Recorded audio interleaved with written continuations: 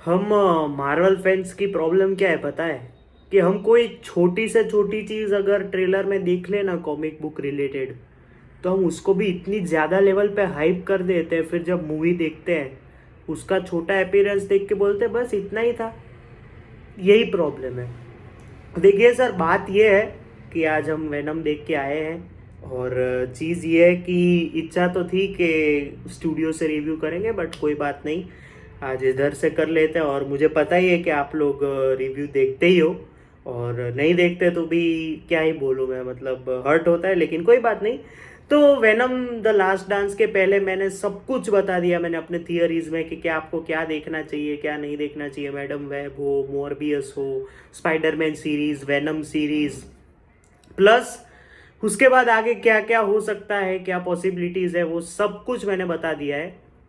तो आगे की चीज़ ये है कि अभी क्या होगा। तो मैंने वेनम द लास्ट डांस आज देखी, और सही बोलूँ तो मेरे हिसाब से ये फिल्म जो है, मैं नीचे एक्चुअली कास्ट का नाम ढूंढ रहा हूँ कि मेरे को सबका परफॉर्मेंस वाइज बोलना भी है। तो चीज़ ये है कि जब फिल्म शुरू होती है, और जिस तरह से 1 घंटे 30 40 50 मिनट की फिल्म होगी ज़्यादा से ज़्यादा, लेकिन मुझे फिल्म अच्छी लगी, नो डाउट अच्छी फिल्म है। लेकिन मैं इसको फर्स्ट पार्ट वेनम के या फिर लेट देयर बी कार्नेज वाले लेवल पे कि वो उस टाइप से कंपेयर नहीं करना चाहूँगा, क्योंकि जब अगर टाइटल में ही द लास्ट डांस है, देखो, जो लोग बोलते हैं कि फेयरवेल वेयरवेल वगैरह, तो ये फेयरवेल नहीं है टॉम हार्डी का।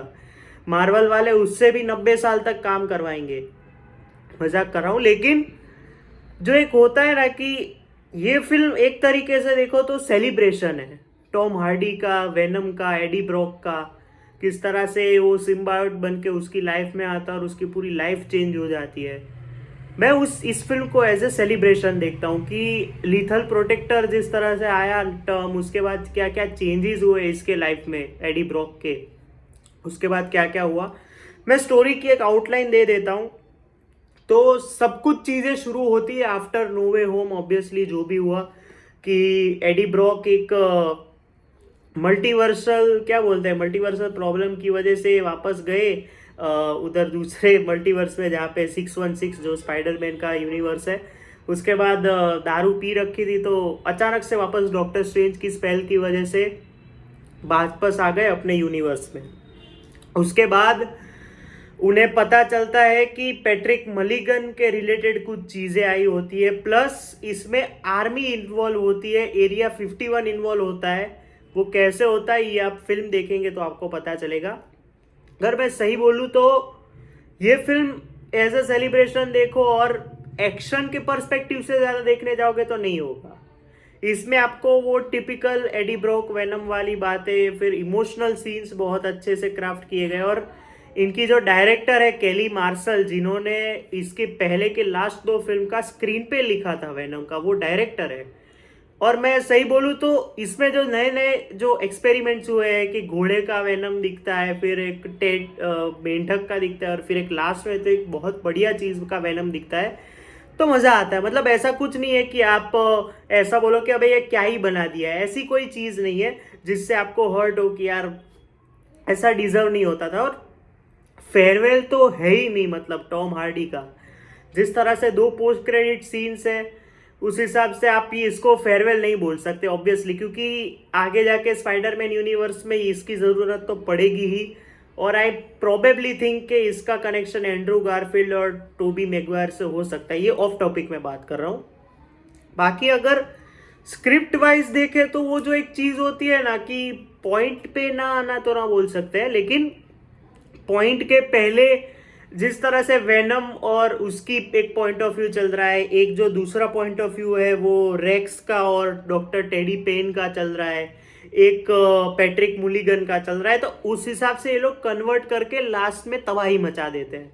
तो वो जो होता है ना कि वो जो वेनम की मूवी में कि तबाही मचाना और एकदम लाउड बीजीएम, एकदम वेनम वाली चीज़ें, वो सारी इस फिल्म में है। स्टोरी कहीं कहीं पे अगर हम बोले तो नल के अराउंड ही घूमती है, लेकिन नल नहीं है एक तरीके से। इसके एक दो मतलब बोल सकते हैं हम कि एक दो नेगेटिव पॉइंट्स बोलने हो तो पैट्रिक मुलिगन का लास्ट के रिलेटेड जो ट्विस्ट आया उसके बाद उसका क्या हुआ, ये मैं नो स्पॉइलर वे में ही बोल रहा हूँ कि ट्विस्ट क्या आया वो मैं नहीं बोल रहा हूँ कि उसका क्या हुआ, वो तो लास्ट में कहीं दिखा ही नहीं। और इसके बाद अगर नल के जो उनके जो बाकी सारे जो लोग थे जो उसने भेजे थे मारने के लिए, एक तरीके से देखे तो वो अभी उसकी जरूरत थी तो फिर लास्ट में अचानक से ही सबको कैसे मार दिया, एक जो ये दो वीक पॉइंट्स है। और टॉम हार्डी का कैरेक्टर ग्रो होता है नो डाउट। और जिस तरह से ये लोग बोल रहे हैं कि सबसे बढ़िया वेनम फिल्म है ये वो तो नहीं है सर। मैं इसको एज अ क्या बोलते हैं कि टाइम पास या फिर मज़े के लिए देख सकता हूँ। लेकिन मेरे लिए फर्स्ट वाली जो वेनम थी वो मेरे लिए नंबर वन और फिर कार्नेज और ये रहेगी, ये मेरा ओपिनियन है और रिव्यू भी मेरा ओपिनियन ही है ऑब्वियसली। तो परफॉर्मेंसेस की बात करते हैं तो टॉम हार्डी की तो मैं क्या ही बात करूं, मतलब एडी ब्रॉक में अब ऐसा लगता है कि दूसरे यूनिवर्स की बात अलग है, लेकिन अगर हमने जो देखा है उसमें टॉम हार्डी उसकी वॉकिंग स्टाइल जो ऐसे ऐसे करके वो जो चलता है, इसमें भी वेनम की डबिंग भी वो करता है सोचो तो आप। और उसकी और जो वेनम की जो बनती है जिस तरह से वो उनका जो एक सार्केज्म करने का स्टाइल है, फिर इसमें उसका एक नया जॉनर दिखा है कि वो किस तरह से इमोशंस दिखाता है, नहीं दिखा के भी दिखाता है। स्पेशली लास्ट में मैं क्लाइमेक्स सीन की बात करूंगा, क्लाइमेक्स सीन का जब शुरू होता है जब खत्म होता है ना, क्लाइमेक्स सीन तबाही है मतलब। और जिस तरह से एंड हुई थी फिल्म, मैं सोचूंगा कि ऐसे ही होनी चाहिए क्योंकि ऐसा कोई दूसरा ऐसा ऑल्टरनेट एंड इसका हो नहीं सकता और पॉसिबल भी नहीं है एक तरीके से देखे तो। बाकी अगर बात करें दूसरे कास्ट मेंबर्स की तो शिवेटेल एजियोफोर, आई होप मैं सही बोल रहा हूँ, रेक्स स्ट्रिकलैंड जो आर्मी में काम कर रहे हैं, उनका काम भी मैं बोलूँ तो ठीक है, मतलब उतना खास नहीं है बट ठीक है। जूनो टेम्पल जो कि डॉक्टर टेडी पेन का काम कर रही है, उनका काम एक तरीके से देखो तो इम्पोर्टेंट भी है और लास्ट में जब उनकी एंट्री होती है तो बहुत मज़ा आता है। इतना ही मैं बोलूँगा। स्टीफन ग्रेहम जो कि पैट्रिक मुलिगन है या फिर टॉक्सिन जो हमें Venom let there be carnage में हिंट मिल गई थी, उनका काम मतलब है भी नहीं भी ऐसा है क्योंकि उनकी जहाँ ज़रूरत पड़ी है वहाँ पे उनको रखा है। पेगी लू यार, मिसिस चैन की तो क्या ही बात करें, अभी वेनम जो है यार उनका और इसका जो डांस सीक्वेंस हमने ट्रेलर में देखा था वो इसमें फनी भी लगता है और क्यूट भी लगता है, एक दो सीन के लिए आती है पर बहुत अच्छा काम है उनका। क्लार्क बेको जो कि सेडी क्रिसमस है उनका, मतलब ये देखो क्लार्क बेको, एलेना उबेक और एक और जो नल का कैरेक्टर कर रहे हैं, मैं उनका नाम नहीं लूंगा, आप देखेंगे तब आपको पता चलेगा कि अच्छा ये है। नल की भी बात कर लेते हैं तो देखो एवेंजर्स फर्स्ट में कैसा था कि थैनोस ऐसे अचानक से आया था कि चलो मैं ही करता हूँ सब कुछ, ऐसा ही नल का काम आगे जाके बढ़ेगा धीरे धीरे, वो स्पाइडरमैन 4 के बाद हो, मैडम वेब 2 के बाद हो, मोरबियस के बाद हो, मतलब बढ़ेगा अभी समझो ना तुम। नल का काम वैसे देखो ना तो ऐसा इम्प्रेसिव है, मतलब जितना काम उसको मतलब जितना भी स्क्रीन टाइम दिया है उसमें वो ऐसे इम्प्रेस करता है कि ऐसा कोई आ रहा है, मतलब फटती भी है कि आ रहा है, मतलब वेनम की फटती है सोचो तो, हम तो क्या ही है। फिर सबसे बढ़िया काम अगर टॉम हार्डी के बाद कोई है वो है राइस एफन्स जो कि स्पाइडरमैन यूनिवर्स में लिजर्ड भी बने थे। इसमें क्या स्वीट काम है मतलब बंदे का, जिस तरह से वो सारी चीज़ें फिलोसॉफिकल स्टाइल में बोलता है, फिर उनका सिंग अलोंग सॉन्ग होता है, वो पूरा सीक्वेंस जहाँ से वो राइस और टॉम हार्डी मिलते हैं और जहाँ जहाँ उनका सीन है बहुत होलसम है यार, मतलब ऐसा लगता है कि हाँ कि वेनम और एडी भी कुछ ऐसे की तलाश में थे और उनको मिला भी। और उसके बेटे का काम भी, जो उसका जो बेटा बना है जो छोटा सा, वो उसका काम भी बहुत अच्छा है।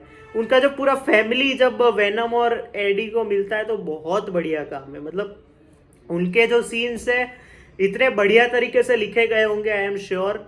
और बहुत बढ़िया एक प्लस पॉइंट इस फिल्म का ये है कि इसमें जितने भी सिम्बायोट्स दिखाए गए हैं वो किस तरह से रिएक्ट करते हैं, किसी की बॉडी में जाते हैं तो क्या होता है और किस तरह से होता है सब कुछ, जो एक्शन करते तब, तो वो सिम्बायोट्स का काम भी इन्होंने डिटेल में बहुत बढ़िया तरीके से देखा है।